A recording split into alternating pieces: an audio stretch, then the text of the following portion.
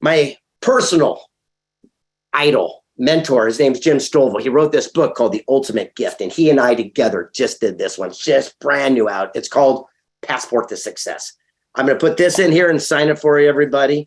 And also my mentor, Charlie Tremendous Jones, and I did this one together. It's called Positive Impact.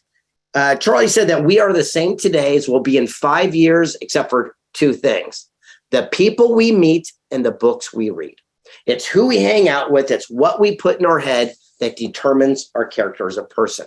In high school, if we hung around smokers, we're a smoker. If we hung around jocks, we're a jock. The same thing applies today. If we hang around people that complain, gripe, moan, that will become the conversation that plays in our head. But if we hang around people that are positive and solution searching, then that too will become the conversation that plays in our mind. The choice is up to us which one we actually listen to. First, there's a dream, then there's a challenge, and then comes victory. The secret is to never give up and have that stickability to persevere through those tough times.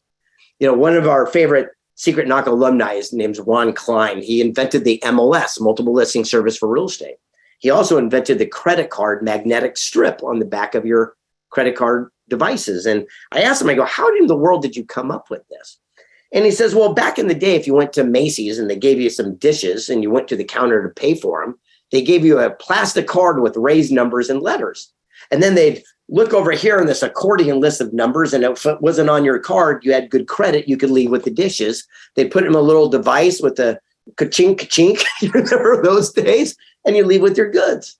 And he goes, there's a way to put smarts in the card. And reel-to-reel tapes were the cool thing back in the day, those old 78 tapes. And he said, I took a clip of that, put it on the back of the card. I did a start and a stop. And then I made you the computer. I made you the actual machine. I go, what are you talking about?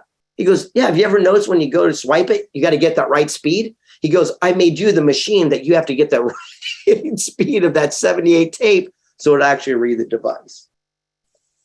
First, there's a dream, then there's a challenge, and then comes a solution that can change the world forever. And people always ask me, you know, where is it that you've had your most aha moments, your biggest takeaways, your, you know, epiphanies, so to speak? And it seems like every time I interview somebody new, I get a new golden gem. And the secret keeps coming down to is there is no secrets. It's all time-tested principles that people have applied for generations, but they've done it with a new twist.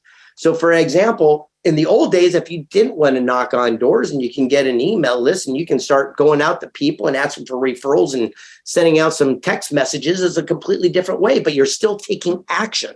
It is the action in the law of attraction. We cannot sit there and say, I wish I had and not have it, and then complain to the world. There's an old bumper sticker that says, what would you do if you knew you couldn't fail? Here's the big question. What would you do the moment you stop worrying about what people think? You don't want people to see you knocking on a door. They don't want to see you succeed. They want to see you having some success in your life. Yes. It's about putting yourself out there and doing what's uncomfortable so that tomorrow you can have the things that make you comfortable for years to come.